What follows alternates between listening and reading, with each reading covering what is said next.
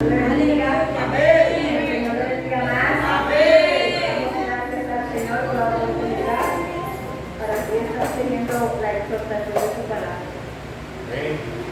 Vamos a ir de una vez, entrar en materia. Vamos a ir a Salmo, en su capítulo 1, su versículo 5 y el 6. Cuando lo tengan pueden confirmar con amén.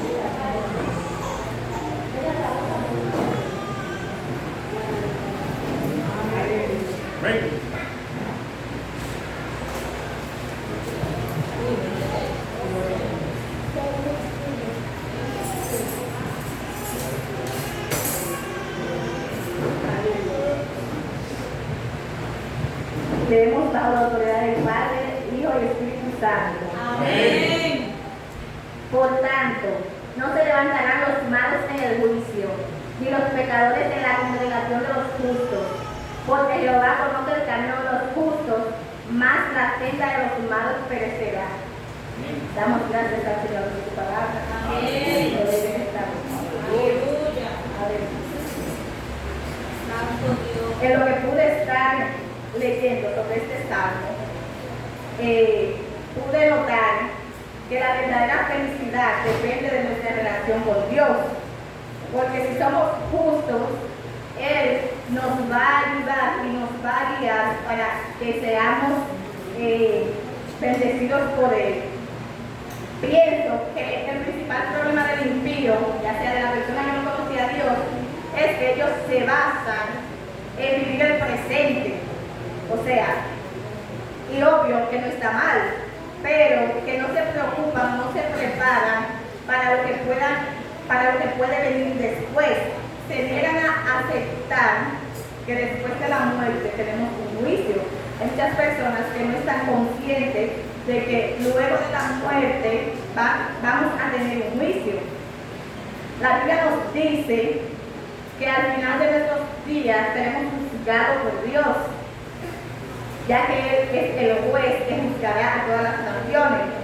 Como vemos en Proverbios 29, 26, nos dice que Jehová viene con juicio para cada uno. Y en Jeremías 25 a 32 también nos dice que Él juzgará a todas las naciones.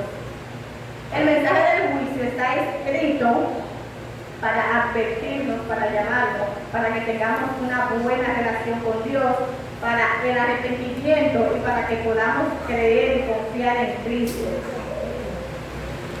Sé que en Cristo es que está la verdadera manera de permanecer para cuando llegue el día del juicio. Todo depende cómo haya sido nuestro comportamiento a lo largo de nuestra vida. En Mateo, en su capítulo 6 y su versículo 25, ahí nos está diciendo, ahí Jesús está hablando a sus discípulos y a la multitud que le seguía. Él decía que no nos preocupemos con qué vamos a beber o qué vamos a comer y qué vamos a vestir. Y quizá suene contradictorio con lo que dije antes, de que las personas vivimos el presente. Y el Señor nos está mandando a decir que no nos preocupemos por el futuro. Pero prácticamente es que no se preocupan, o sea, no se preparan para el futuro, porque lo que tú defines, lo que tú haces en el presente es lo que va a definir lo que tú vas a hacer en el futuro. Más adelante también nos dice que, aleluya, te adoramos y te bendecimos. Aleluya. Aleluya. En términos más llanos, vivir con preocupación constante es lo que nos aleja del Señor, porque ponemos en prioridad aquello que no es Dios, y Dios tiene que ser el primero en nuestra vida. Porque si nos preocupamos con qué vamos a comer mañana, qué vamos a vestir o qué vamos a beber, eso es lo que va a pasar a ser nuestra prioridad, porque no se le estamos dando, no le estamos cediendo el control al que todo lo puede.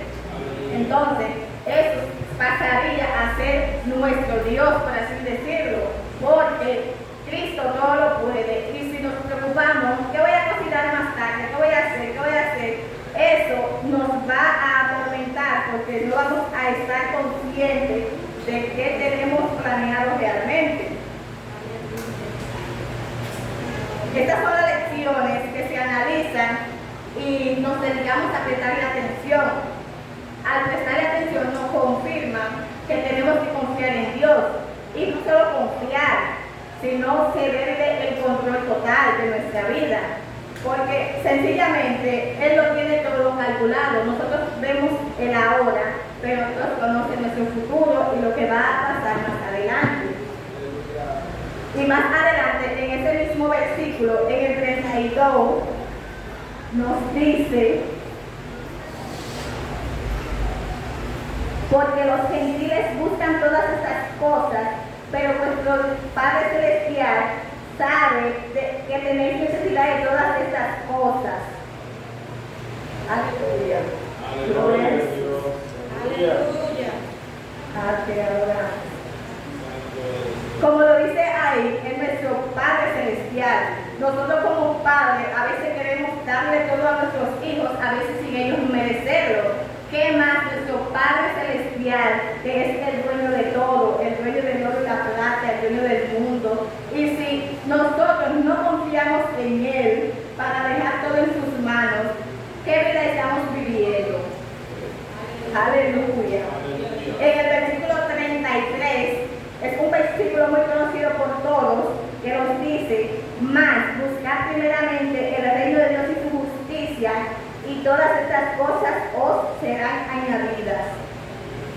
Vemos que aquí, que de todo lo que tenemos necesidad, Dios lo sabe. Y si seguimos justicia, seremos saciados de todo aquello. Pero usted sabe que para llegar a esa magnitud tenemos que seguir las leyes de Dios, porque es como bien lo dice: mas buscar primeramente el reino de Dios y su justicia. Pero para nosotros seguir la justicia, tenemos que conocerla. No es solo buscar la justicia, porque hay justicia humana, y muchas veces nos basamos en esa. Tenemos que buscar la justicia del reino. Y no podemos saber o entender lo que es justo o lo que no conviene o no, si no conocemos las leyes. En este caso, las leyes del reino. Porque podemos decir, todo país, estado, tiene una constitución y se rigen por normas, reglas que los ciudadanos tenemos que seguir. Y si no hay constitución, quiere decir que hay personas que están cuidando de esas leyes, que eso no fue establecido al azar, por así decirlo. O sea, las personas de la ley, ¿para qué fue establecida? El que pueda buscar, por favor, Efesios 4, en su versículo 11 y 12, que lo pueda leer, por favor. Él mismo consagrará a los apóstoles y a otros profetas, a otros evangelistas, a otros pastores, para que perfeccionados tanto a la hora del ministerio, para la edificación de la vida de Dios. Amén, amén. Él dice que en la escritura dice que el mismo Dios constituyó a unos apóstoles, a otros profetas, evangelistas, maestros, pastores, etc. Estas eran las personas que debían cuidar de la constitución, o sea, encargarse de que las leyes fueran cumplidas. Porque si no hubiese sido para eso, ¿para qué iban a constituir a esas personas? Para cuidar la justicia del reino. Entonces, leyendo estos versículos, me pregunto, ¿será que conocemos realmente la constitución del cielo? ¿Sabemos cómo hemos de pedir las cosas a Dios? ¿Sabemos en qué orden, qué prioridad le debemos de pedir las cosas a Dios? Esto también me hizo recordar una historia que está en la Biblia, cuando Abraham estaba intercediendo por Sodoma y Gomorra, que el Señor le anunció que la iba a destruir. En un sentido, podemos decir que él no conocía las leyes de Dios, porque él estaba intercediendo por aquella nación desde su punto de vista, pero ya Dios conocía el corazón de cada una de las personas que estaban allí. Sabemos que Jehová es el juez.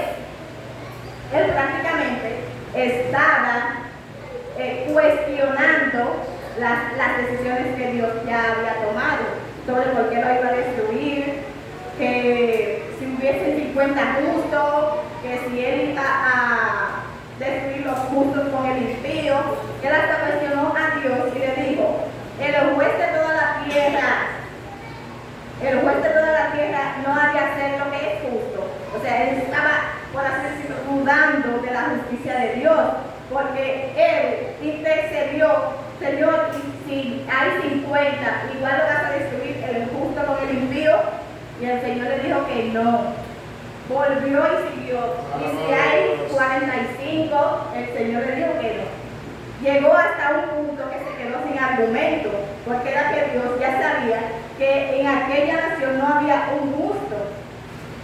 Aleluya. Entonces, sí, Dios conoce todo, porque a veces le cuestionamos cuando pasan situaciones en nuestra vida. A veces no los entendemos, pero Él conoce el porqué de las cosas. A veces nos pasan cosas y muchas veces sabemos el porqué, pero igual cuestionamos a Dios: el por qué me pasó a mí, por qué estoy sufriendo esto. Pero Dios es así. Dios es amor, pero también Dios es fuego consumidor. O sea que lo que usted haga depende del resultado que usted va a recibir, su merecido, por así decirlo. Aleluya. Dios destruyó aquella nación porque ya Él había agotado todos los medios para que se salvaran. Y ya sabemos a quién Él envió sus ángeles para decirle que saliera, que fue a Lot. Y también saben la historia de su mujer, la que miró hacia atrás. Aleluya. Y él se quedó sin argumentos, o sea, hasta que no tenía ninguna razón, porque es que la justicia no siempre va a estar a nuestro favor, porque en los juicios, cuando hay juicio, las contrapartes nunca van a salir felices los dos. El demandado a veces va a decir que la sentencia va a ser muy fuerte para él, y el que demanda va a decir que no le dieron lo que él quería. Oh, yo estaba esperando que le fuera mal, que le fuera más mal, pero mira, lo que le dieron fue una fianza, no lo van a meter preso. Todo depende, pero depende de la magnitud, porque no todo, como le digo, vamos a quedar satisfechos con la justicia de Dios. A veces estamos pidiendo la justicia de Dios, pero realmente no sabemos qué es lo que estamos pidiendo, porque el reino de Dios ya tiene sus reglas establecidas y muchas veces no las entendemos. Aleluya. Y ahora, aleluya. Así que hay personas, como en el caso de Abraham, que a veces pedimos cosas a Dios y no las recibimos. Pero como estaba diciendo el pastor anoche, a veces que pedimos mal, a veces no sabemos qué es lo que estamos pidiendo y estamos pidiendo cosas que al final son un camino de perdición para nosotros mismos. Y como Dios conoce el futuro, Él no nos las va a dar porque Él no quiere que nadie se pierda, sino que todos lleguemos a la vida eterna.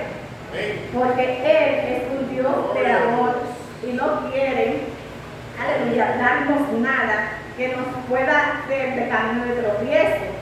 Así que antes de orar a Dios, prioriza tus peticiones, porque en el juicio, como puse el ejemplo anterior, las personas, los abogados, toman meses preparando el documento que van a presentar. Y muchas veces el juicio se toma menos de una hora. Entonces, organiza tus ideas antes de pedirle al Señor qué es lo que quieres para tu vida, porque Dios es un Dios justo. Aleluya. Él todo lo sabe, Él todo lo ve. Así que organiza tus ideas, organiza tus pensamientos y siempre dale el primer lugar a Dios hasta que